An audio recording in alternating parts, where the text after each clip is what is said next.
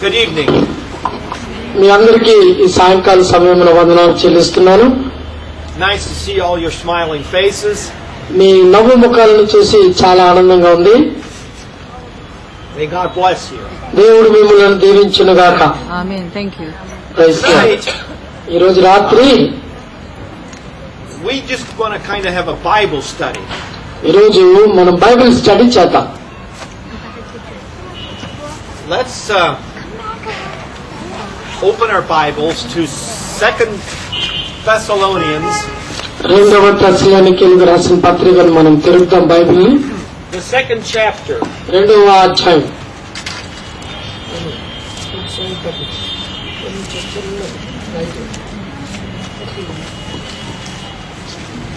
రెండవ తెస్సలోనికీయులకు రాసిన పత్రిక. Apparently, some Christians were saying that the second coming of Jesus was very close at hand. And then the Apostle Paul corrected them about this matter regarding the second coming of Christ. మరి చాలా మంది క్రైస్తవులు నమ్మిన విధముగా యేసు ప్రభు యొక్క రెండవ రాకడ చాలా సమీపంగా ఉన్నది. దాని విషయం పౌలు గారు ఈ విధంగా మనకు బోధిస్తూ ఉన్నారు. See, we see that in the very first verse. మరి తెస్సలోనికీయులకు రాసిన పత్రిక In English, which verse? 2 Thessalonians, 2nd chapter, in the very first verse. రెండవ తెస్సలోనికీయులకు రాసిన పత్రిక రెండవ అధ్యాయం మొదటి వచనం. The Apostle Paul says, "Now we beseech you, brethren, by the coming of our Lord Jesus Christ, and by our gathering together unto Him." చదవండి.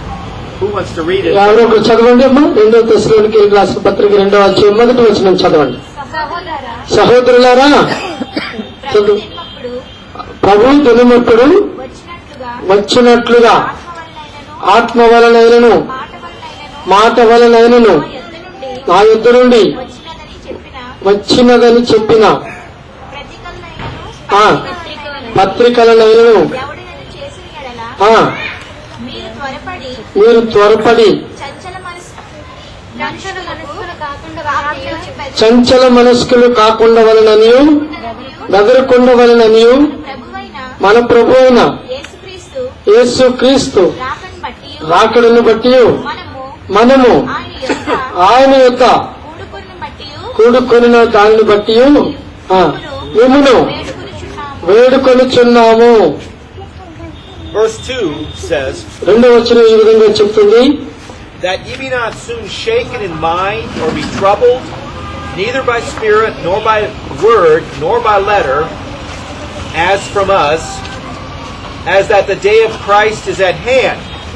ఆ చదువులో ఏమని రాయబడి ఉందండి? నువ్వు చదువునానా? Did she already read that? Yeah, అదేనా చదివావు? I think they read all the way to chapter verse 3. Yeah, అమ్మ నువ్వు చదివారా? కాదు, మొదటి వచ్చిన రెండో అధ్యాయం మొదటి వచ్చిన చివరి భాగం, రెండో భాగం. మీరు త్వరపడి చంచల మనస్కులు కాకుండా వలనని బెదరకుండా వలనని మన ప్రభు అయిన యేసు క్రీస్తు రాకడను బట్టి మనము ఆయన యొక్క కూడుకొనుట బట్టి మిమ్మును వేడుకొనిచున్నాను. Yeah, right words. All right. Yep. See, apparently, some Christians were putting out the word that either the day of Jesus, the second coming of Jesus, had already taken place, or that it was very soon to take place. And then the Apostle Paul writes this letter to correct them regarding the issue of the second coming of Christ. So this is what the Apostle Paul is. This is what this letter to the Thessalonians is about. రెండవ తెస్సలోనికీయులకు రాసిన పత్రికలో పౌలు గారు తెస్సలోనికీయులకు దేని విషయం రాస్తున్నారంటే యేసు ప్రభు యొక్క రెండవ రాకడను బట్టి. కొంతమంది ఏం చెప్తున్నారంటే అప్పటి కాలంలో యేసు ప్రభు వచ్చారు, ఇక్కడ ఎక్కడో ఉన్నారని చెప్పుకునేవారు. ఇంకొంతమంది ఇంకా వస్తారని చెప్పుకునేవారు. ఆ మాటలను బట్టి వారిని సరిచేయడానికి పౌలు గారు తెస్సలోనికీయులకు ఈ పత్రిక రాస్తున్నారు. ఏమని? యేసు క్రీస్తు రాకడను గూర్చి రాస్తున్నారు. It's a little bit difficult to have a Bible study regarding this because I don't know exactly how your Telugu language is. The brother should know, if it's exactly the way the English language is. So what you want to confirm, then I'll tell you. Well, if the Telugu language is exactly translated like the English. What does English says? Well, this is what you have to listen to when we. Okay. When I read here. Okay. The verse 3 says, "Let no man deceive you by any means, for that day." What day? The second coming day. The second coming of the Lord Jesus. Yeah. Okay. It says that day shall not come. The second coming of Jesus, which we are watching and waiting for, says that day will not come except there come a falling away first, and the man of sin be revealed, the son of perdition. Yeah. Okay? So మూడో వచనం చదువు. మేము రాయబడిందో మొదట భ్రష్టత్వము సంభవించి నాశన పాత్రుడగు పాప పురుషుడు బయలుపడితే గాని ఆ దినము. That's right. Exactly translation. Okay. Right. One of the reasons we are having this study is even many of the pastors are very confused regarding the second coming of Jesus. మరి చాలా మంది పాస్టర్లు, సేవకులు, బిడ్డలు కూడా యేసు ప్రభువు యొక్క రెండవ రాకడను గురించినటువంటి సందిగ్ధంలో ఏ విషయం అర్థమవకుండా ఉన్నారని ఖచ్చితంగా ఇక్కడ తెలియజేస్తుంది. In one of the pastors' meetings, one of the pastors asked me, "What about the rapture? Is there a rapture? Will there be a rapture before the tribulation?" మరి The Word of God addresses that problem, answers that very clearly here in the 2 Thessalonians, the 2nd chapter. మరి ఒక meeting లో ఒక pastor గారు నన్ను వచ్చి అడిగారు, యేసు ప్రభు యొక్క రెండవ రాకడ ఎప్పుడు జరుగుతుంది, 1000 ఏళ్ల పాలనకు ముందా తర్వాత అని ప్రశ్న అడిగారు. మరి ఆ ప్రశ్నకు పౌలు గారు స్పష్టమైన సమాధానం ఇక్కడ మనకు తెలియజేస్తున్నారు. So verse 3, again we read verse 3. The apostle says that we should not let anyone deceive us, for that day, the day of the Lord, shall not come except there be a falling away first. Okay? Yeah, it's right. ఇది చదువునాను. మూడో వచనం. మొదటి భ్రష్టత్వము సంభవించి నాశన పాత్రుడగు పాప పురుషుడు బయలుపడితే గాని ఆ దినము రాదు. Yes, praise the Lord. The falling away. Wow. Anybody want to volunteer to say answer? What does it mean of falling away? మరి బయలుపడడం, పైకి రావడం అంటే అర్థం ఏంటి? When the Apostle Paul talks about a falling away, మరి భ్రష్టత్వం బయలుపడితే తప్ప అన్న మాట పౌలు గారు చెప్పారు. దాని అర్థం ఏమిటి? Anybody volunteer to any suggestions what that means of falling away? మరి పడిపోవడం, భ్రష్టత్వంలో పడిపోవడం అన్న మాట గురించి మీకు ఎవరికైనా మీకు తెలిసిన అర్థం చెప్పచ్చు. ఏమని? బయలుపడడం అంటే అర్థం ఏంటి? బయటికి రావడం అని అర్థం. బయలుపడడం అంటే అర్థం ఏంటి? బయటికి రావడం అని అర్థం. చెప్పండి, మీరు ఎలా నచ్చితే చెప్పొచ్చు. ఇక్కడ బైబిల్ స్టడీ జరుగుతుంది. ఎవరికి ఏది తలంపు వస్తే ఆ తలంపు చెప్పొచ్చు, ఏం పర్లేదు, చెప్పండి. Falling away from true faith. Falling away from true faith. Yeah, see, that's right. Yeah. So the Apostle Paul tells us, in other words, that the second coming of Jesus, which the church is watching and waiting for, our blessed hope, that day will not come unless there's a great falling away from the Christian faith, the true apostolic Christian faith. See? There will be a great falling away. Christians will no longer have the true faith as the apostles had. That has to occur first. Then the Lord Jesus will come.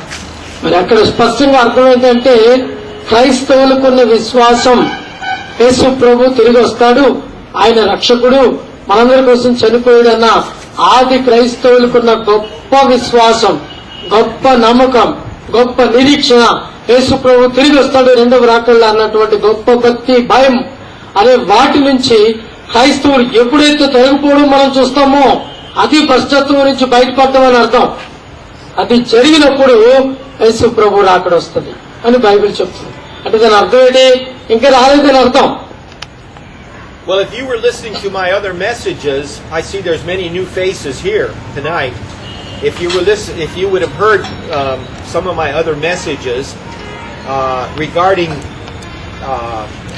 the Lord Jesus, how that the first early church, how that they saw the Lord Jesus as being truly born at Bethlehem.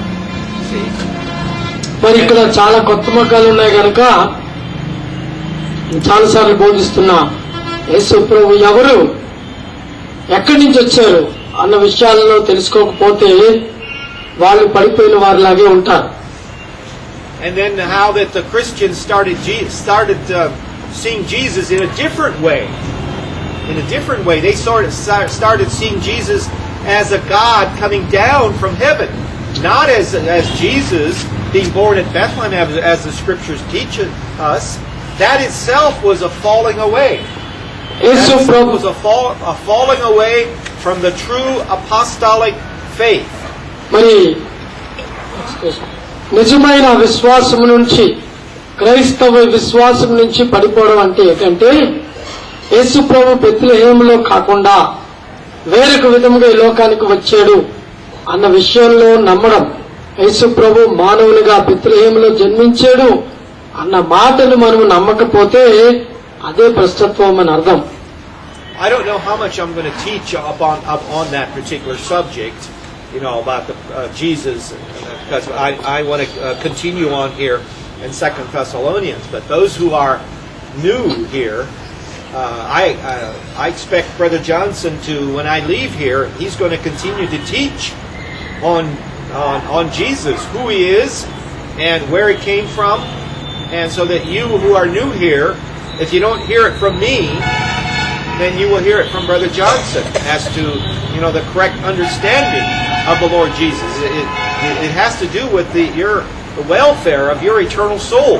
మరి మీ యొక్క పరలోకపు ప్రవేశం కొరకు ఉపయోగపడే మీ ఆత్మ సిద్ధపడినట్లుగా సహోదరుడు Johnson మీకు నేను బోధించిన ముందు విషయాలు, యేసు ప్రభు ఎవరు, ఎక్కడి నుంచి వచ్చారు, ఆయనకి మనకున్న సంబంధం ఏంటి, ఆయన ఎలాగో రక్షకుడు అయ్యాడు, ఆయన రక్తం మనకు ఎలాగో మరి ఉపయోగపడింది, ఆయన రక్తంతో మనం ఎలాగో రక్షింపడ్డామన్న విషయాన్ని బైబిల్ ప్రకారంగా స్పష్టంగా బోధించినప్పుడు మీరు వినాలి. ఇప్పుడు ఎందుకంటే నేను తెస్సలోనికీయులకు రాసిన పత్రికలో మొదలెట్టాను, అది నేను బోధిస్తాను. తర్వాత సహోదరుడు జాన్సన్ గారి ద్వారా మీరు ఈ మాటలు నేర్చుకునవచ్చు.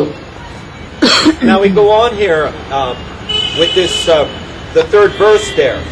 మూడో వచనం మనం వెళ్దాం. మూడో వచనంలో మనం చూద్దాం. And he says that the Lord Jesus will not come except there's a falling away first.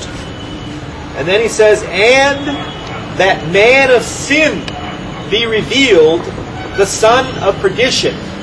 ఆ రెండో భాగం చదవండి. మూడో వచనం రెండో భాగం. మొదటిది దుష్టత్వం నుంచి బయలుపడడం ఒకటి, రెండోది చదువు. మొదటి భ్రష్టత్వం సంభవించే నాశన పాత్రుడు పాప పురుషుడు భ్రష్టత్వం నుండి బయలుపడడం ఒకటి, రెండోది పాప పురుషుడు బయటకు రావడం ఒకటి. Verse 4 then gives some of the characteristics of this man of sin. మరి ఈ పాప పురుషుని గురించి నాలుగో వచనం ఈ విధంగా తెలియజేస్తుంది. It says, who opposeth and exalteth himself above all that is called God or that is worshipped, so that he as God sitteth in the temple of God, showing himself that he is God.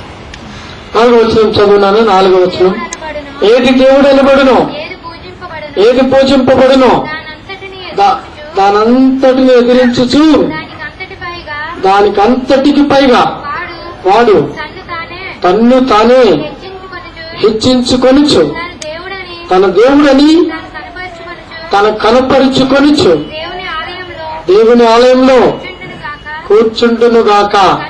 కనుక ఏ విధముగానైనను ఎవడును మిమ్మును మోసపరచనీయకుడి. Verse 5 then says, Remember ye not that when I was yet with you, I told you these things? 5వ వచనం ఏమనుందండి? నేను ఇంకను మీ వద్దనున్నప్పుడు ఈ సంగతులను మీతో చెప్పినది మీకు జ్ఞాపకము లేదా? So apparently the Apostle Paul had been with these Thessalonians some other time before, మరి ఈ in the తెస్సలోని past. And so he's telling, and then he told them also some things that are not exactly recorded in the Scripture, but basically he's reminding them. And so probably in this letter here, he's probably repeating himself somewhat of something, other things that he had told them in the past. That's just why he says, don't you remember that when I was yet with you in person, I told you these things? నేను వ్యక్తిగతంగా ఉన్నప్పుడు నేను మీతో చెప్పిన విషయాలు మీకు జ్ఞాపకం లేదా అని పౌలు గారు అడిగారు. దాని అర్థం ఏంటంటే, పౌలు గారు వారితో ఇంతకు ముందు తెస్సలోనికీయుల వారితో ఉండి అనేక విషయాలు బోధించాడు. ఆ బోధించిన విషయాలంటే ఇక్కడ స్పష్టంగా వ్రాయబడలేదు, కానీ ఆయన వారితో ఇంతకు ముందు ఉన్నప్పుడు కొన్ని విషయాలను బోధించాడు. ఆ బోధించిన విషయాల గురించి ఆయన అడుగుతున్నాడు, నేను మీతో ఉన్నప్పుడు మీకు బోధించిన విషయాలు ఇప్పుడు గుర్తుకు లేవా, జ్ఞాపకం లేదా అని అడుగుతున్నాడు. And then he says, And now ye know what withholdeth, that he might be revealed in his time. అక్కడ 5వ వచనం ఏముంది? ఏవి చదువు. నేను ఇంకను మీతో చెప్పినది జ్ఞాపకం లేదా? తర్వాత చదువు. కాగా వాడు తన సొంత కాలమందు బయలుపరచబడవలనని వారిని అడ్డగించినది ఏదో అది మీరెరుగుదురు. Now, according to this verse, the way way that God teaches me here is that, however, the apostle had told these Thessalonians something before that he's not telling us here in this letter. మరి ఈ యొక్క పత్రికలో అపోస్తలుడైన పౌలు గారు వారికి ఇంతకు ముందు చెప్పినది ఏదో స్పష్టంగా ఇక్కడ రాయలేదు, కానీ కొన్ని విషయాలను వారికి బోధించినట్లుగా ఆయన స్పష్టం చేస్తున్నాడు మనతో.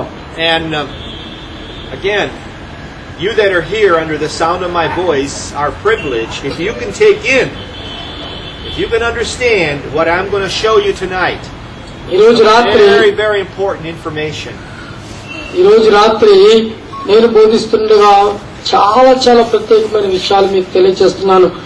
వాటిని మీరు వినడానికి దేవుడు నిశ్చయంగా మీకు మంచి అవకాశం ఇచ్చాడని నేను అనుకుంటున్నాను. I'm going to share with you some deep things, some mysterious things that very few people understand. Even the so-called great theologians, very learned men, they don't understand these things because they're not taught by the Holy Spirit. మరి నేను మీకు ఇప్పుడు బోధిస్తున్న విషయాలు చాలా మందికి బోధింపబడినను వారు అర్థం చేసుకోవడానికి వారికి దేవుడు ఆత్మ అనుగ్రహించడం లేదు, నాకైతే తెలియదు. కానీ నేను మీకు బోధించే విషయాలు ఆత్మతో మీరు అర్థం చేసుకున్నట్లు ప్రార్థనా పూర్వకముగా వాక్యమును వినండి. If we go back to verse 3, 3వ వచనం వెనక్కి వెళ్తే the last phrase there, it talks about the man of sin being revealed, the son of perdition. మరి 3వ వచనంలో భాగం మనం చదివితే మరి అక్కడ పాపపు విషయాలు, మరి పాప పురుషుడు బయలుపడితేనే గాని అన్న మాటను స్పష్టంగా అక్కడ మనం చూస్తున్నాం. Then in verse 6 he says, 6వ వచనం ఈ విధంగా చెప్తుంది, And now ye know what withholdeth, that he might be revealed in his time. దానిని అడ్డగించినదేదో ఆ సమయం వచ్చే వరకు దానిని దేవుని ఆత్మ చేత అడ్డగింపబడుతుందని వాక్యం చెప్తుంది. Well, I'll tell you straight out, and then I'll explain. నేను ముందుగా మీకు ఆ విషయం చెప్పేసి దాని గురించి వివరిస్తాను. This man of sin is the Pope or the papacy. The man of sin sits on the papal seat in Rome even today. మరి ముందుగా ఆ విషయాలు చెప్పి మీకు తర్వాత వివరిస్తాను. మరి పౌలు పోపు గారు మరి పోపే ఈ పాప పురుషుడు అని బైబిల్ స్పష్టంగా చెప్తుంది. అది వివరిస్తాను మీకు ఎలాగన్నది. You see, what happened was that the first early church turned from a persecuted sect into a state persecuting regime. అనాది కాలంలో క్రైస్తవులను హింసించే ఆ యొక్క రాజులు కాకుండా క్రైస్తవులను క్రైస్తవులే హింసించుకునే పరిస్థితులు ఇప్పుడు ఉన్నాయి. The Apostle Paul warned the church that this would happen. In 2 Thessalonians chapter 11, he says, "For if he that cometh preacheth another Jesus, whom we have not preached," he was afraid that the Christians would accept this other Jesus or this other concept of Jesus. And they did. They did. When this other concept of Jesus came, just about all of Christendom accepted this other concept of Jesus. యేసు క్రీస్తుని గురించి మరి ఒక విషయాన్ని తప్పుగా అర్థం చేసుకునే విషయాలను బోధించినప్పుడు క్రైస్తవులందరూ దాన్ని అంగీకరించినట్లుగా పాపంలోకి వెళ్ళిపోయారు. And you who've heard me preach, you know what we're talking about. I'm not going to, I may not get into this tonight, exactly who this, okay? మరి నేను ఇక్కడ కొన్ని విషయాలు మీకు బోధించినప్పుడు ఆత్మతో మీరు గ్రహించాలి. దేవుడు మీతో ఆ విషయాలను బయలుపరచినట్లుగా తన ఆత్మను మీలో నింపి ఉన్నాడు. So, see, the first early church was during the time of the great Roman Empire, during the time of the Caesars. మరి సీజర్ చక్రవర్తి కాలంలో రోమా చక్రవర్తుల ద్వారా క్రైస్తవ్యము అప్పుడు అధికారం చేత పాలింపబడింది. Let me explain, because I'm not even sure Brother Johnson knows. When I say the time of the Caesars, because I heard Brother Johnson mention something about Julius Caesar. The Caesars would be like, it's the term like the presidents. See, instead of in the Roman Empire, instead of using the term the presidents, see, they would call whoever sat on the imperial seat, whoever was the president, you could say. Only they didn't use the term president. They used the term Caesar. See, so whoever was the greatest power, whoever was the emperor, that was the Caesar. Instead of saying president, they use the term Caesar. See, so that's why I say during the time of the Caesars. And I'm not sure Brother Johnson knew that. Caesar అనే మాట ఎవరికి చెప్తారంటే రోమా చక్రవర్తులు కాలంలో ఎవరు సింహాసనం మీద కూర్చుంటారో, ఉదాహరణకి ఎవరు మన భారతదేశానికి ప్రెసిడెంట్ అనుకోండి, అది ఎవరు అవ్వచ్చు, జాన్ అవ్వచ్చు, జాన్సన్ అవ్వచ్చు, రావుల్ గారు అవ్వచ్చు, జోషి అవ్వచ్చు, ఎవరు అవ్వచ్చు. ఎవరు ఆ సింహాసనం మీద కూర్చున్నా వారిని ఏ మాటతో పిలుస్తారంటే సీజర్ అన్న మాటతో పిలుస్తారు తప్ప వారి పేరుతో పిలరు. అందుకే సీజర్స్ అని పిలిచేవారు. సీజర్లు అంటే సీజర్స్ అని పిలిచేవారు తప్ప వారి పేరు పెట్టి పిలిచేవారు. ఎవరైతే సింహాసనం మీద కూర్చుంటారో వారి పేరు సీజర్ అని పిలిచేవారు. See, Pilate, for example, no, not Pilate. Pilate was governor of Rome. There was the Caesars.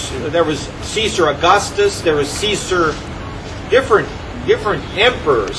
See, that were Caesars. Okay, so that's. I think you understand that. Yeah, I already also understood. All right. మరి ఎవరైతే రాజ్య సింహాసనం మీద కూర్చుంటారో వారికి Caesar Augustine అంటే Caesar అయినటువంటి జోషి అని గాని, సీజర్ అయినటువంటి జాన్ అని గాని, అలాగ బోధిస్తూ ఉండేవారు రోమా చక్రవర్తుల గురించి. So the last of the Caesars, if I'm not mistaken, the last of the Caesars was Romulus Augustus, and that was in I think in 476 AD. That was the last of the Caesars, because Rome as imperial power collapsed. See, Rome, the government of Rome as a world dictating power, it collapsed. And the last of these Caesars then, or presidents, that was in I think it was in 476 AD, and the Roman Empire collapsed. మరి 476 after death of Christ, క్రీస్తు శకం 476 సంవత్సరంలో చివరి Caesar అంటే చివరి రోమా చక్రవర్తి పడిపోయాడు. అక్కడి నుంచి రోమా చక్రవర్తులు లేరు. Okay, so if you want to understand Revelation, the book of Revelation, which is given for our deliverance in the end time, so that we can escape the great deception, my message is very important for you. మరి ఈ రోజు నేను బోధించబోయే బోధ చాలా ముఖ్యమైనది. ప్రకటన గ్రంథములో బయలుపరచబడిన ఈ యొక్క విషయాలన్నీ స్పష్టంగా మీకు బోధించినప్పుడు ఇది మీరు చాలా జాగ్రత్తగా వినాలని ఆశపడుతున్నాను. So, as the church became corrupted from the inside out, it didn't cease to exist. It became very powerful and affluent in the world, and it started dictating politics. All right? మరి ఈ క్రైస్తవ్యంలో బలమైన మరి అధికారం కలిగిన వారై, రాజ్యాధికారమును కలిగిన వారై ఈ క్రైస్తవులు అనేవారు రాజులతో పాటు మరి అధికారం కలిగిన వారిగా ఉన్నారు. We must understand that at that time then, the true Christians came out of the nominal church, and they became the persecuted. They were then persecuted by this state, by the state persecuting church, or nominal church, and they had to hide in the dens of the earth, in caves of the earth, and in the mountains. They had to hide and worship God in secret places. మరి ఆ కాలంలో సత్యము కొరకు నిలవబడిన వారు, సంఘము చేత త్రోయబడిన వారు చీకట్లోను, గుహల్లోను, కొండలలోను తిరుగుతూ రహస్యముగా దేవుని కొరకు ఆరాధనలు చేస్తూ దేవుని కొరకు జీవించి ఉండేవారు. లేకపోతే సత్యమును వారు ప్రకటిస్తే వారిని రోమా చక్రవర్తులు చంపేసేవారు. But what I want to show you here is that the fallen church, and as the church became corrupted at its very core and fell, so did imperial Rome. This great world power also became corrupted from the inside out, so that it also collapsed. And then we could say from the ruins of both of these, the secular power and the spiritual power, which the so-called church, from the ruins of both of these, the man of sin then emerged. The man of sin rose. What we're talking about, the Apostle Paul talks about the man of sin, the son of perdition. From the ruins of both of these, the nominal church and the fallen Roman Empire, from the ruins of both, the man of sin emerged, and the beast of Revelation chapter 13 and chapter 17, you read of a beast rising up out of the sea. That's from the ruins of both of these two identities arose. The man of sin and the beast arose. మరి పాప పురుషుడు, దుష్ట మృగము అన్న బైబిల్లో ప్రకటన గ్రంథంలో వివరించబడినట్లుగా మరి నామకాత క్రైస్తవుల నుంచి, రోమా చక్రవర్తులతో కూడిన క్రైస్తవుల నుంచి ఈ యొక్క పాప పురుషుడు, నాశన పురుషుడు అన్న మాట మనం చూస్తున్నట్లుగా అతడు బయటికి వస్తాడు అన్న మాటను మనం బైబిల్లో చూస్తూ ఉన్నాం. See, we have to understand, and I'll explain it to you the best that I can, what actually happened there. మరి అక్కడ ఏం జరిగిందో నాకున్న జ్ఞానంతో మంచి విషయాలు మీకు బోధించాలనుకుంటున్నాను. During the time of the first early church, Caesar, whoever was on the throne of Caesar, was looked upon as a god. Okay? He was God. And they worshipped this man, whoever was on the throne of Caesar, as God. మరి ఆ కాలంలో రోమా చక్రవర్తులు Caesar అనే ఆ యొక్క రాజు అధికారం కలిగిన ఆ సింహాసనం మీద కూర్చున్న వారిని దేవునిగా కొలిచేవారు, దేవునిగా చూసేవారు. And in their festivals in the Roman, during the time of the Roman Empire, you can a little bit imagine. You don't have to put this. You can a little bit imagine, just like the Hindus, they have their gods. And when you talk about Jesus as the supreme God, no other God but Jesus, no other Savior, the Hindus get angry. They would include Jesus as one of their gods, but not the exclusive God.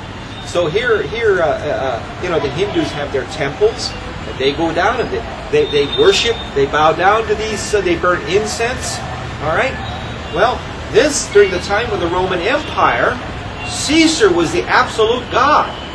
ఈ రోజు మనం చూస్తున్నాం, యేసు ప్రభు రక్షకుడు నీకు దేవుడు అని మనం బోధిస్తే వాళ్ళు ఏం చేస్తారండి? యేసు ప్రభు మీకు దేవుడు, మిగతా వాళ్ళు మాకు దేవుడు అంతే అని చెప్తారు తప్ప యేసు ప్రభువే నిజమైన దేవుడు మనందరికీ తెలుసు. అలాగే మనం చెప్తే వాళ్ళు ఒప్పుకుంటారండి? ఒప్పుకోకుండా యేసు ప్రభు మా దేవుడు అంటే ఒక దేవుడే, యేసు ప్రభు మీకు దేవుడు, మాకు మా దేవుడు గొప్ప అని మాట్లాడతారు. ఆ విధంగానే ఆ కాలంలో సీజర్ అనే చక్రవర్తి ఆ రోమా ప్రదేశం అంతటికి, ఆ రోమా రాజ్యానికి ఆయనే దేవుడుగా కొలవబడేవాడు.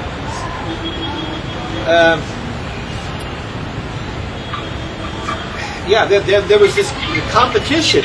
Even Jesus, the Jews tried to trap Jesus, and they said they brought a coin to Jesus. See, and they asked Jesus, to whom should we pay tax or not? And they wanted to trap Jesus because they knew, depending on what Jesus would say, that Jesus himself would be could be brought to the Roman and executed. Because so Jesus gave a very clever answer. He just said, "Well, render unto God the things that belong to God, and the things that belong to Caesar, render to Caesar." And so he got out of that trap. Otherwise, he would have been in direct conflict with Caesar as being God, and then the Romans would have come and wanted to execute Jesus, because they would have said, "Hey, Jesus, you're making yourself another god here." And Jesus knew what was going on there, so he gave a very clever answer. మరి ఆ కాలంలో రోమా చక్రవర్తులు పరిపాలిస్తున్నప్పుడు వారే దేవుడుగా, సీజరే దేవుడుగా కొనియాడబడుతున్నప్పుడు యేసు ప్రభుతో మిగతా వాళ్ళు ఒక ప్రశ్న వేశారు, పన్ను కట్టుట న్యాయమా కాదా అంటే సీజర్ని రాజుగా ఒప్పుకుంటున్నావా లేదా అని. అక్కడ యేసు ప్రభు చాలా తెలివిగా సమాధానం చెప్పారు. ఏమని చెప్పారు? సీజర్ది సీజర్కి, దేవునిది దేవునికి ఇవ్వండి. కానీ ఆయన ఎక్కడ ఎవరికి తప్పుగా దొరకలేదు. ఎందుకంటే ఒకవేళ ఆయన సీజర్కి ఎందుకు ఇవ్వాలి అంటే, సీజర్ దేవుడిగా కొలుస్తున్న ఆ సామ్రాజ్యవాసులు సీజర్ని దేవుడు కాదంటే, ఇదిగో యేసు ప్రభు ఆయన దేవుడు అని చెప్పుకుంటున్నాడు, సీజర్ దేవుడు కాదు అంటున్నాడు అని చెప్పినప్పుడు అప్పుడు చక్రవర్తులు అధికారం కలిగిన వారు ఏం చేస్తారు? యేసు ప్రభుని తీసుకెళ్లి వారి ముందుకు నిలబెట్టి వారిని శిక్షించేటట్లుగా చేయాలని ఆశపడుతూ సీజర్ పన్ను చెల్లించడం న్యాయమా కాదని అడిగారు. కానీ అక్కడ యేసు ప్రభు చాలా తెలివిగా తప్పించుకున్నాడు. ఎలాగా? సీజర్ది సీజర్కి, దేవునిది దేవునికి ఇవ్వాలని చెప్పి చాలా చాలా సులువుగా అనకూడదు, అక్కడ తెలివిగా తప్పించుకున్నాడు. My point here is that the common people, I'm not talking about the Jews now, but the common people under the Roman Empire, not the Jews, they all worshipped Caesar as God. Okay?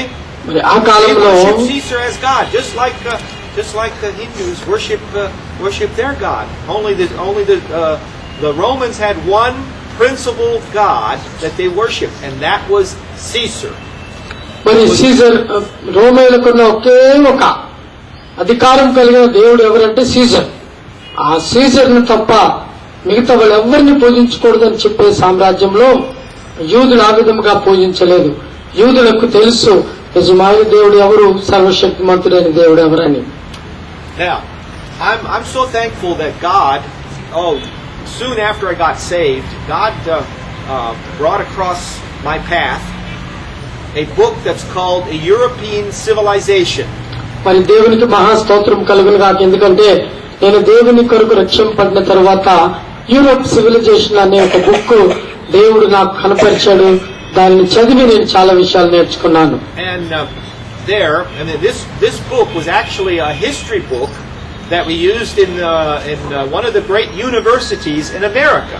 మరి అమెరికాలో గొప్ప యూనివర్సిటీలో ఈ యొక్క Europe union యొక్క civilisation అనే book ను ఆ యూనివర్సిటీలో వాడతారు, అవి బోధిస్తారు. ఆ బుక్ నేను చదివి చాలా విషయాలు నేర్చుకున్నాను. That the college students would have this book and this history book and study and learn out of this history book. It was written by a college professor from Cornell University. మరి కొర్నేల్ university అనే university నుంచి ఒక professor గారు ఆ పుస్తకం రాశారు. ఆ పుస్తకాన్ని ఈ యొక్క విద్యార్థులందరూ చదివి అది ఒక పాఠ్య భాగముగా కలిగి ఉన్నారు. అది ఈ యొక్క విషయాలను స్పష్టంగా తెలియజేస్తుంది. And these college professors that wrote this book, they were not necessarily Christian, so they didn't write this college book in trying to explain the Bible. It's just history and unbiased. If you know the word unbiased history, a history book. మరి చరిత్ర కలిగిన ఆధారాలు కలిగిన చరిత్ర కలిగిన పుస్తకం. ఇది కట్టుకథలు చెప్పే పుస్తకం కాదు. అలాంటి పుస్తకాన్ని వారు ఆ యూనివర్సిటీల్లో బోధన పాఠములుగా, అంటే మనకేమంటారంటే అట్లని ఏమని వాడతారమ్మా కొత్త దాన్ని, పాఠ్యాంశంగా ఇంగ్లీష్ లో ఏమని వాడతారు, సబ్జెక్ట్స్ గా చెప్తూ ఆ కాలేజీ యూనివర్సిటీల్లో దాన్ని వాడతారు. So when the Caesars ceased to exist anymore, in this book they make a quote and they say that the power of the Caesars lived on in the universal dominion of the popes. The power of the Caesars continued to live on in the universal dominion of the popes. Pope యొక్క అధికారము కలిగిన ప్రదేశాలలో తప్ప మరెక్కడ కూడా ఈ విధమైన పాఠ్యాంశం బోధించబడకూడదని పడదు అన్న విషయాన్ని అక్కడ తెలియజేస్తుంది. They say that when Imperial Rome fell, the Caesar was no longer there. So the common people, who were they going to worship? మరి సీజర్ పడిపోయిన తర్వాత అక్కడ ఏ విధమైన రాజ్యాధికారం లేనివాడిగా సీజర్ అయిపోతే మరి సామాన్య ప్రజలు ఎవరిని పూజిస్తారు? ఎంతవరకు రోమా చక్రవర్తినే వారి దేవుడిగా పూజించేవారు. ఇప్పుడు ఆ రోమా చక్రవర్తి లేడు, పోయాడు. అక్కడి నుంచి రోమా చక్రవర్తులు లేరు, అన్ని పడిపోయాడు, ఆయన రాజ్యం కోల్పోయాడు. మరి ఇప్పుడు ప్రజలు ఎవరిని పూజించాలి? So this left a great void or vacuum in the common people, in the great masses, in the millions of the people at that time. When the Caesars no longer existed, there was no longer this man God or this God man to worship. This left a great void. But there was something else that filled this void in the hearts and minds of the common people. Who do you think that was? మరి సాధారణమైన మనుషులు ఎవరిని పూజించాలో తెలియదు. ఎందుకంటే అప్పటి వరకు వాళ్ళు దేవుడిగా పూజించిన అతను లేడు కనుక ఎవరిని పూజించాలో అర్థం ఎవరిని పూజిస్తారు అప్పుడు? Who do you think filled that void? When the Caesars no longer had anybody to worship, there was something else that filled that void. మరి ఆ యొక్క లోపమును, సీజరు లేని లోపమును ఎవరు పూర్తి చేస్తారు అనుకుంటున్నారు? Who do you think that was? మరి ఎవరు ఉంటారు చెప్పగలరా? ఎవరు? The popes. Yeah, that's right. ఇప్పుడు అప్పుడు కాలంలో పోపు రోమా చక్రవర్తి ఉండేవారమ్మా. రోమా చక్రవర్తి అధికారం కలిగిన వాడమ్మా. ఆ అధికారం కలిగి సీజర్ ని దేవుడిగా కొలిచేవారు ఆ దేశం అంతటా. ఆ కొన్ని క్రీస్తు శకం 400 76వ సంవత్సరం చివరి సీజర్, ఇంక సీజర్ లేరు, రోమా సామ్రాజ్యం పడిపోయింది. వాళ్ళు అప్పుడు సామాన్యులు ఎవరిని పూజిస్తారో తర్వాత ఎవరుండేవాడు అక్కడ? పోప్ ఉండేవాడు. The Pope became a man god or a god man god on this earth. మరి ఆ తర్వాత రోమా చక్రవర్తి తర్వాత అధికారం కలిగిన ఈ పోప్ గారు అక్కడ ఉండడం వల్ల ప్రజలందరూ వేరే దారి లేక ఈ పోప్ ని వారు, ఈ మనిషిని వారు దేవుడిగా కొలవడం మొదలు పెట్టారు. These historians tell us that the popes filled the void that was left by the withdrawal of the imperial administration. మరి రోమా చక్రవర్తుల యొక్క అధికారం, రాజ్యాధికారము, రాజు పరిపాలించే అధికారాలన్నిటినీ వారు విడిచిపెట్టి వెళ్లడం వలన ఆ అధికారాలను వీరి చేత పుచ్చుకొని, వీరి అధికారంలోకి తెచ్చుకొని ఆ పద్ధతుల ద్వారానే వీరు ఈ ప్రజలను పరిపాలించడం మొదలు పెట్టారు. I wish I could give you show you some quotes that the popes declared of themselves. మరి నేను కొన్ని విషయాలు పోపులు అనే వాళ్ళు వారు చెప్పిన కొన్ని విషయాలను నేను మీకు ఖచ్చితంగా మీకు చెప్తాను. వాళ్ళు ఏం చెప్పారో వినండి.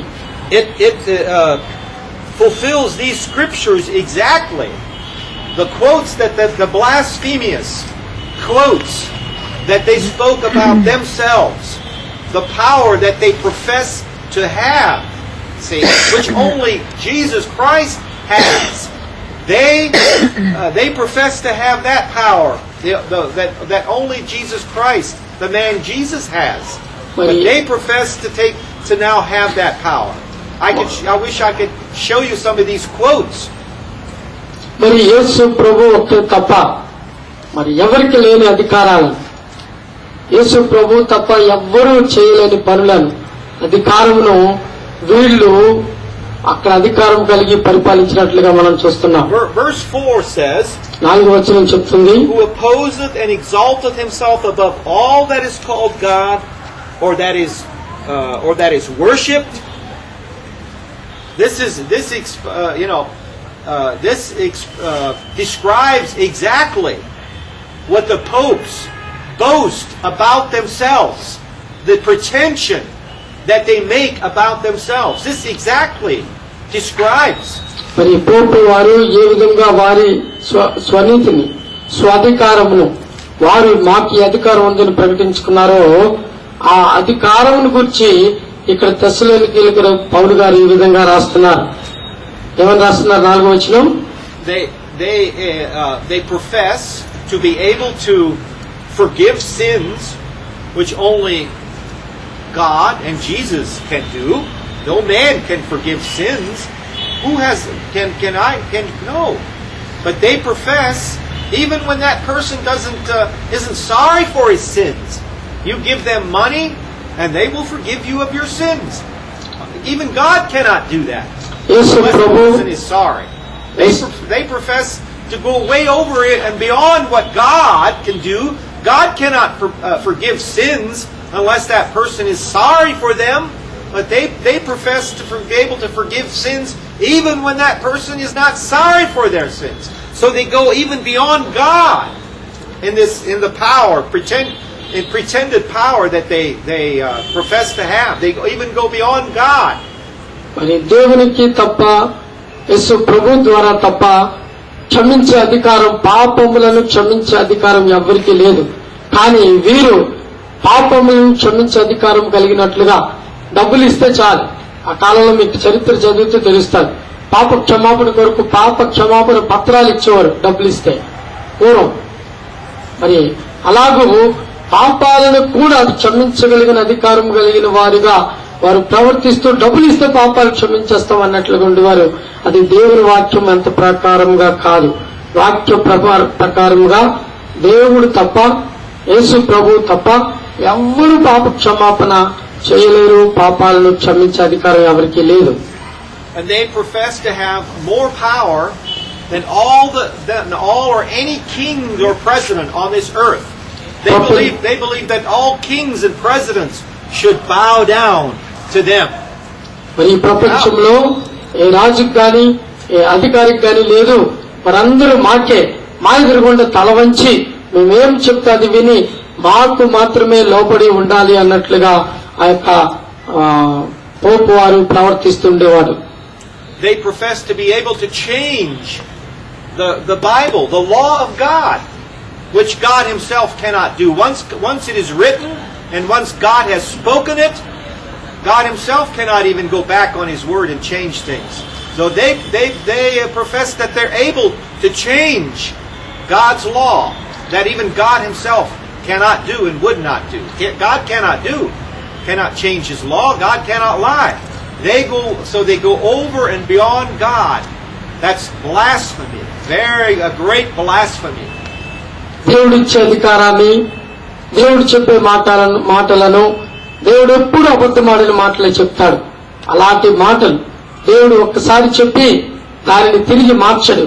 ఆయన మాట మార్చని వాడు, అబద్ధమాడిన వాడు. ఆయన చెప్పిన మాటలను ఆయన సత్యముగా జరిగించేవాడు. అలాంటి దేవుని వాక్యమును కూడా ఎవరికి మార్చే అధికారము లేని అధికారము కూడా, బైబిల్ని మార్చే అధికారం కూడా మాకుంది అని వారు చెప్పుకుంటున్నారు. It goes on and says here, so that he as God or as a God or God sitteth in the temple of God. What do you suppose that means? Sitteth in the temple of God. చూడండి, అక్కడ ఏమనుంది? రాజు దేవుడు దేవుని యొక్క ఆలయంలో కూర్చున్న, మళ్ళీ చదువులను మొదటి నుంచి చాటు వినాలి. ఏది దేవుడు అనబడునో, ఏది పూజింపబడునో దానంతటిని ఎదిరించుచు, దానికి అంతటికి పైగా వాడు తన్ను తానే హెచ్చించుకొనుచు, తాను దేవుడని తన్ను కనపరుచుకొనుచు దేవుని ఆలయములో.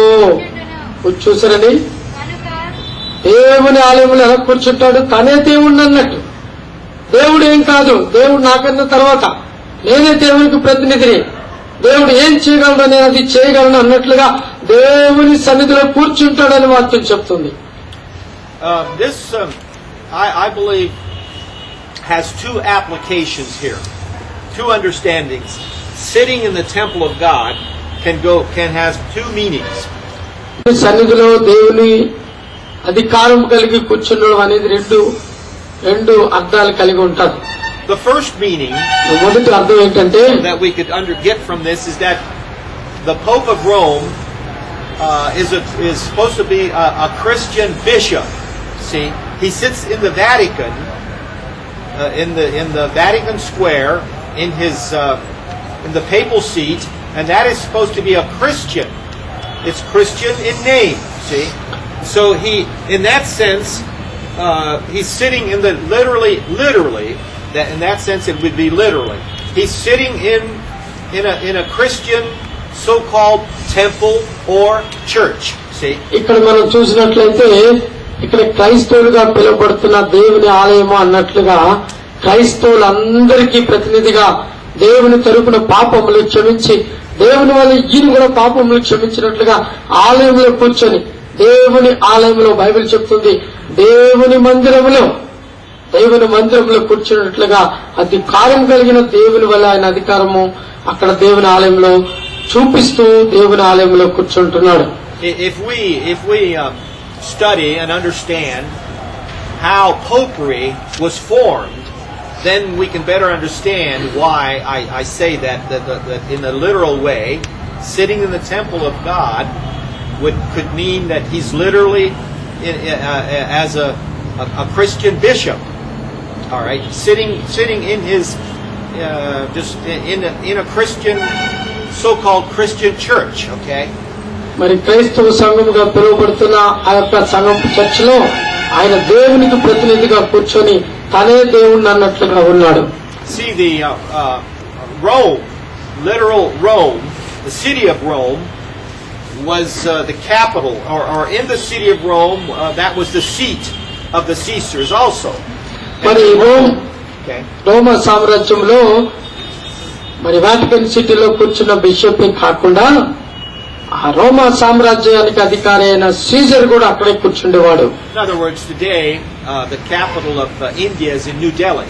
ఉదాహరణకి ఈ రోజు భారతదేశం యొక్క ముఖ్య పట్టణం ఢిల్లీ అనుకోవచ్చు. Well, at that time the capital of the Roman Empire was in Rome.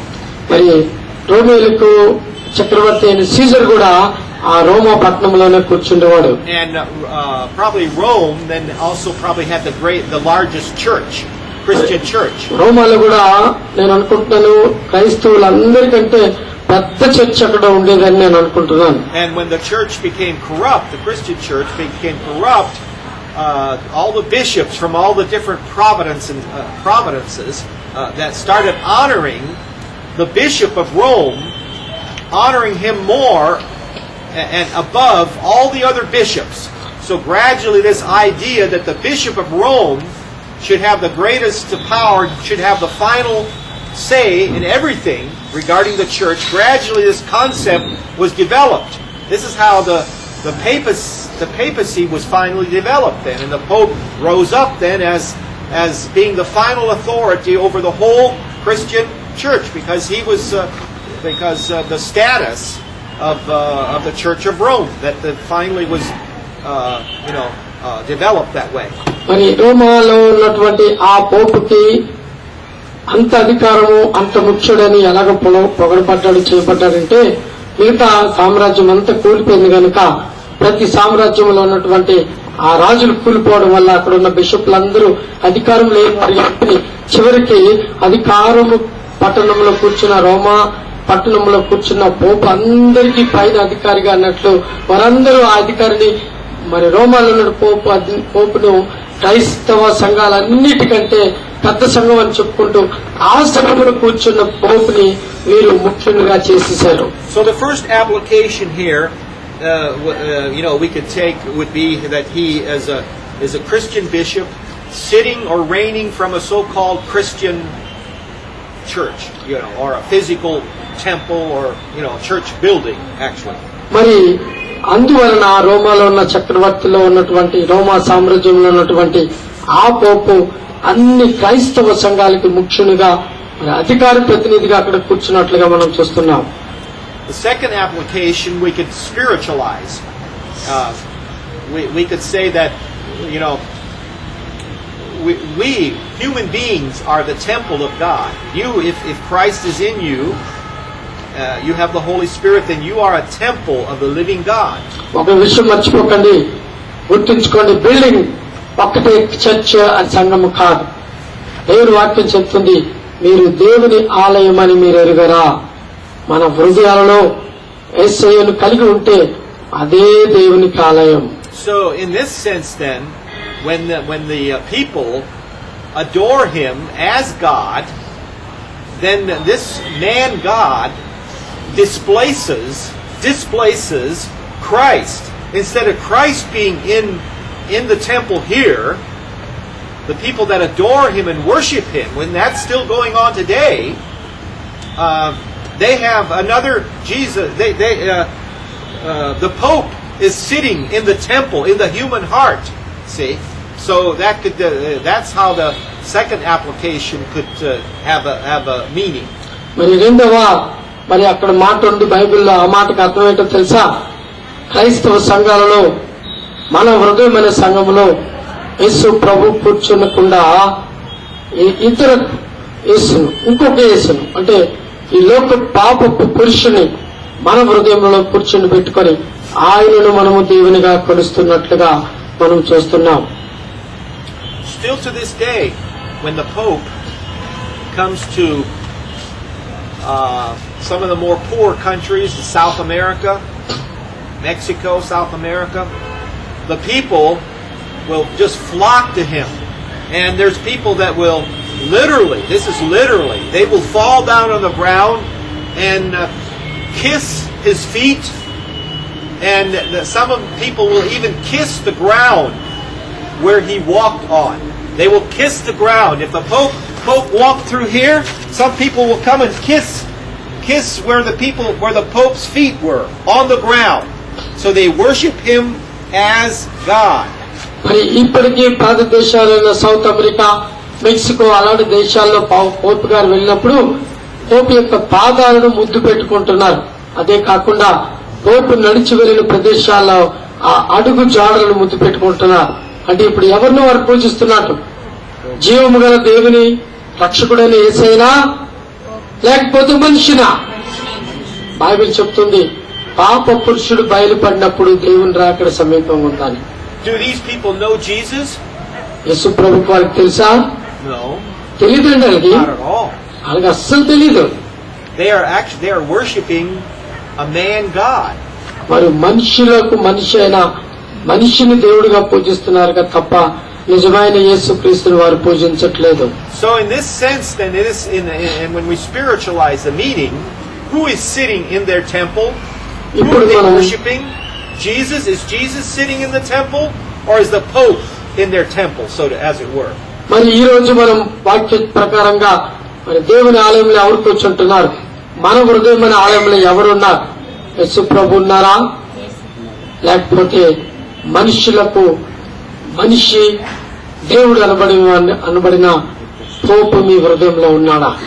It's just like the Hindus. Hindus worship Shiva, the god Shiva, and so instead of Jesus being in their hearts and adoring Jesus, the Hindus worship Shiva god. Okay, so the Catholics, many of the Catholics, instead of worshiping Jesus, they're worshiping the Pope. He is their God. They pray to him. They pray to him and they pray to Mary. So they're not worshiping Jesus. Something else has displaced Jesus in their temple. See? ఇప్పుడు మనం చూసినట్లయితే హిందువులు కూడా వారి దేవుళ్ళైనటువంటి శివ ఎవరెవరో దేవుళ్ళని వారు పూజిస్తున్నారు. నిజ దేవుడైన యేసు ప్రభువుని మర్చిపోయి లోక రక్షకుడైన యేసు ప్రభువుని మర్చిపోయి వారి యొక్క దేవుళ్ళని విగ్రహాలను పూజిస్తున్నారు. అలాగే కొంతమంది క్రైస్తవులను కూడా నిజమైన రక్షకుడైన యేసు ప్రభువుని పూజించడం చేసి ఈ పోపుని ఫాదర్స్ ని వీళ్ళని పూజిస్తూ వాళ్లే దేవుడు అనుకుని వారు కూడా పూజిస్తున్నారు. మరి వాళ్ళకి మనకి తేడా ఏంటి? So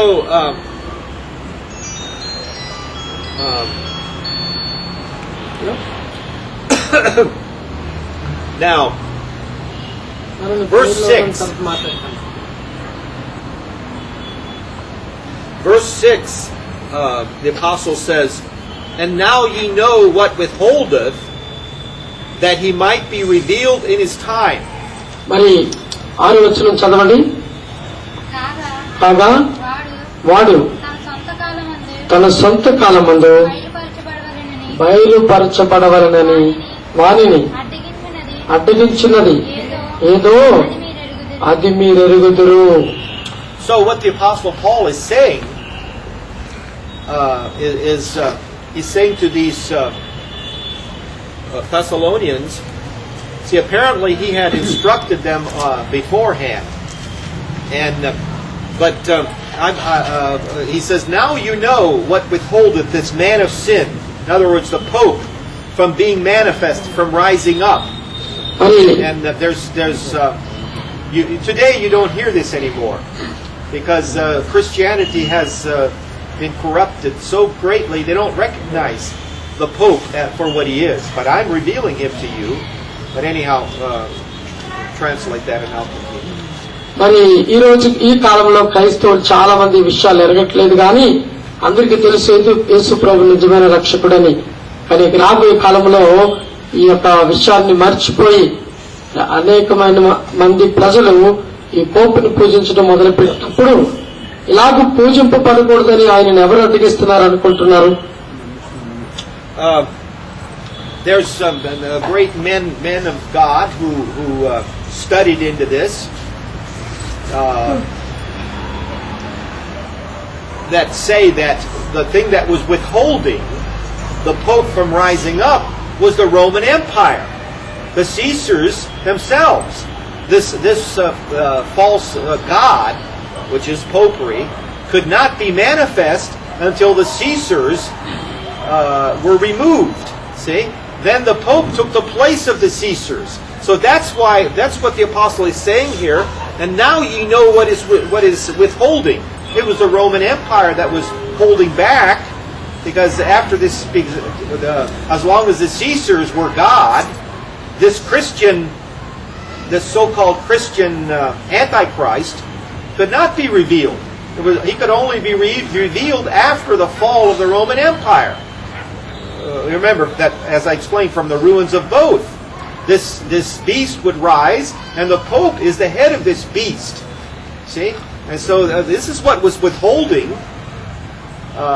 the Pope from coming into existence was the Roman Empire itself. మరి రోమా చక్రవర్తులు ఉన్నంత వరకు పోపులు పైకి రాలేదు. ఎందుకంటే వారి యొక్క సామ్రాజ్యక అధికారం చూపించడం ద్వారా పోపుల అధికారం చెల్లలేదు. ఆ విధముగా అపోస్తలుడైన పౌలు రాసిన విధముగా ఎవరు వారిని అడ్డగిస్తున్నారో అన్న విషయాన్ని ఆయన స్పష్టంగా మనకు తెలియచేశాడు. So he goes on and says, all right.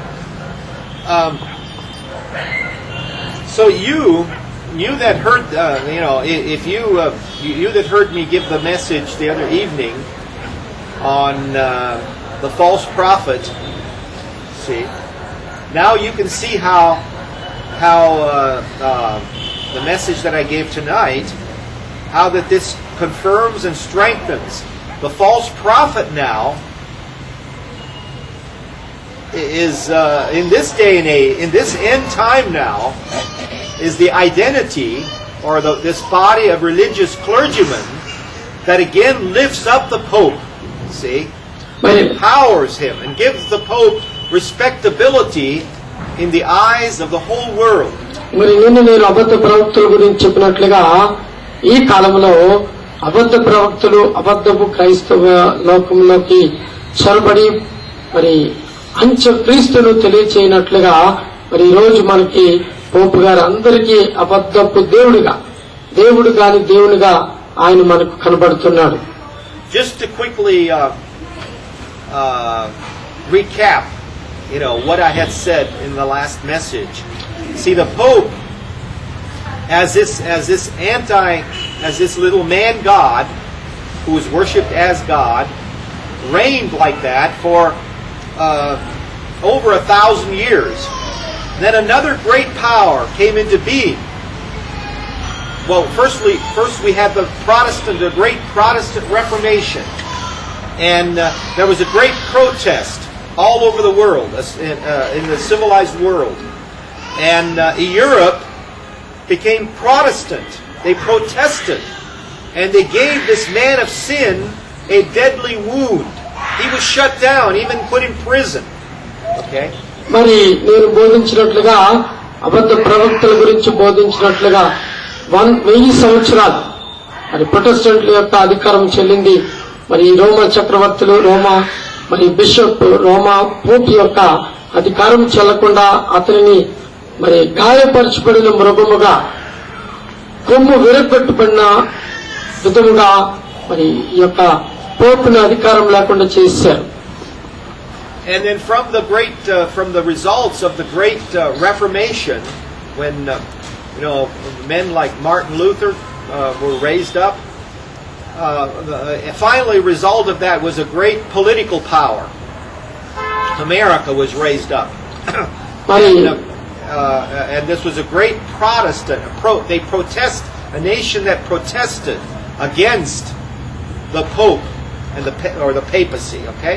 మరి 1000 సంవత్సరాల తర్వాత మార్టిన్ లూథర్ గారు ఆ యొక్క ఉద్యమం తెచ్చిన తర్వాత అమెరికా సామ్రాజ్యం ప్రొటెస్ట్ చేయడం మొదలెట్టింది. ఎలాగంటే క్రైస్తవులను తప్పుడు సమాచారం నుంచి వారిని ప్రొటెస్ట్ చేయడం వల్ల ప్రొటెస్ట్ దేశంగా పిలువబడింది మన ప్రపంచం.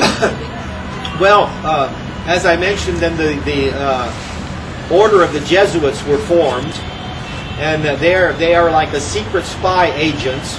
They work to counteract the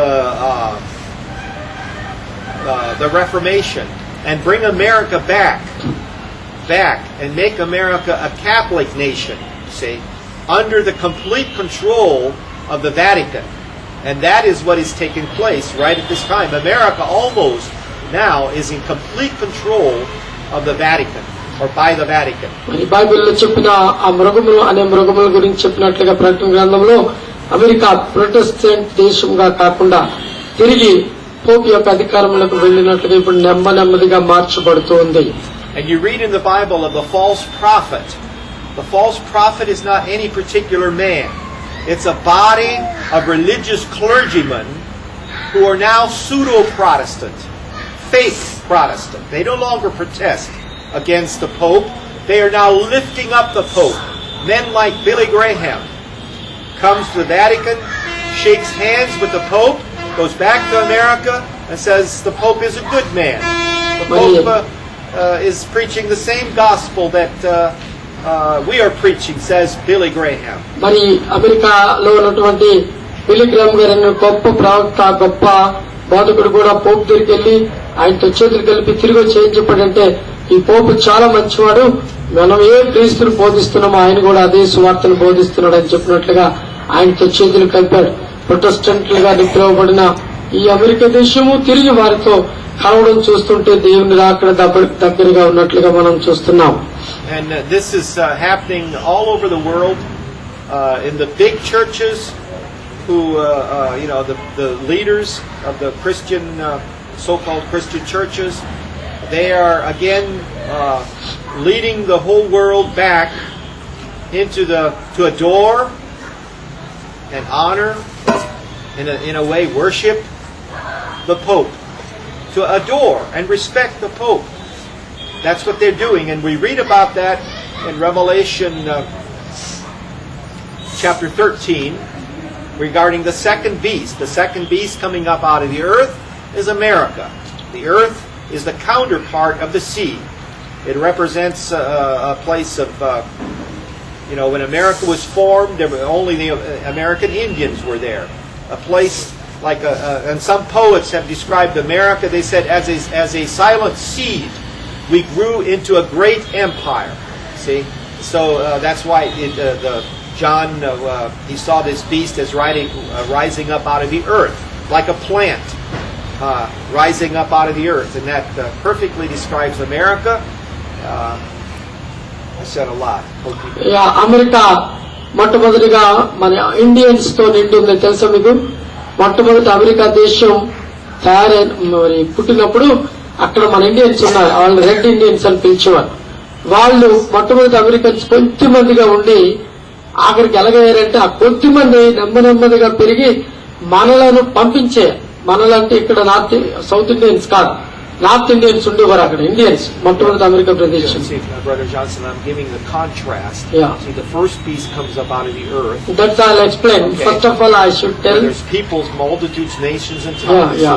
So, Europe. No, first of all, I tell, then I'll. Yeah. Europe had many peoples. Yeah. And then America grew up into a great nation. Yeah. America then started in the east along the Atlantic seaboard. Yep. All right. As it was colonized, then it pushed westward. So it grew up. America, unlike the first beast, where it was already inhabited with peoples, multitudes, nations, and languages, the second beast comes up out of the earth, where there are no peoples, multitudes, nations, and tongues. This is why the second beast, America, then is depicted as coming up out of the earth. And as I explained, even some of the American poets described America as like a silent plant into a great empire. America ఒక చిన్న మొక్కలాగా లేచి అది పెద్ద వృక్షం కలిపింది. ఎలాగంటే వారు ముందు కొద్ది మందిగా కొద్ది శక్తిగా ఉన్నారు, తర్వాత వాళ్ళు పెద్ద వృక్షంగా జనాలు పెరగడం మొదలెట్టారు. అది ప్రకటన గ్రంథంలో చూపబడినట్లుగా ఆ రెండవ మృగమును గురించి పోల్చినట్లుగా అమెరికా రెండవ మృగము నెమ్మదిగా వచ్చి భూమిలో నుంచి ఒక మొక్క వల్ల లేచి అలాగ పెద్దదైపోయిందో అమెరికా కూడా నెమ్మదిగా లేచి పెద్ద దేశంలాగా బలము కలిగిన, ఈ రోజు అమెరికా అంటే భయపడుతున్నారు అందరూ, అలాంటి దేశముగా ప్రకటన గ్రంథంలో చెప్పబడినట్లుగా లేచింది. So it is better to close as soon as possible. Well, we need to look at this. It says in verse 10, and with all deceivableness of unrighteousness in them that perish, because they received not the love of the truth. Verse 11, and for this cause God shall send them strong delusion, that they should believe a lie, that they all might be damned who believe not the truth, but had pleasure in unrighteousness. 10-11 చదువునాను. దుర్నీతిని పుట్టించు సమస్త మోసంతోనూ నశించున్న వారిలో సాతాను కనపరచు బలము అనుసరించుండును. ఎందుచేత సత్యమును నమ్మక దుర్నీతి యందు అభిలాష గల వారందరూ శిక్షావిధి పొందుటకే అబద్ధమును నమ్మునట్లు మోసము చేయు శక్తిని దేవుడు వారికి పంపుచున్నాడు. For those of you who were privileged to be under the sound of my voice, when was it? Last night, when I talked regarding the soul power that is being unleashed. All right, here, this we take this message that I'm giving tonight in combination with the message that I gave the other evening about the soul power that is now being unleashed. Men like Benny Hinn put their hands, on people. People fall over backwards. This is not God's power. This is what it's talking about here. A strong delusion. God is now allowing a strong delusion to come over almost all of Christendom. Those who do not believe in Jesus the correct way. మరి ఇప్పుడు నిన్న నేను బోధించిన మాట, ఇప్పుడు బోధించిన మాట అబద్ధ ప్రవక్తల గురించి, ఆత్మల గురించి, ఈ కాలంలో వాటన్నిటినీ దేవుడు నెరవేరుస్తున్నట్టుగా గొప్ప క్రైస్తవ సంఘాలలో దేవుడు సరైన ఆత్మను మన మధ్యలోకి పంపించి సరైనగా మనం అర్థం చేసుకునే విధముగా నా మాటలను మీరు నమ్మాలని, నిన్న వాక్యము ఈరోజు వాక్య ప్రకారంగా రెండు కలిపి మీరు వింటే దేవుడు మీతో మాట్లాడతాడు. And then there's the teaching which says that the church will be raptured before the time the revelation of the man of sin or the Antichrist.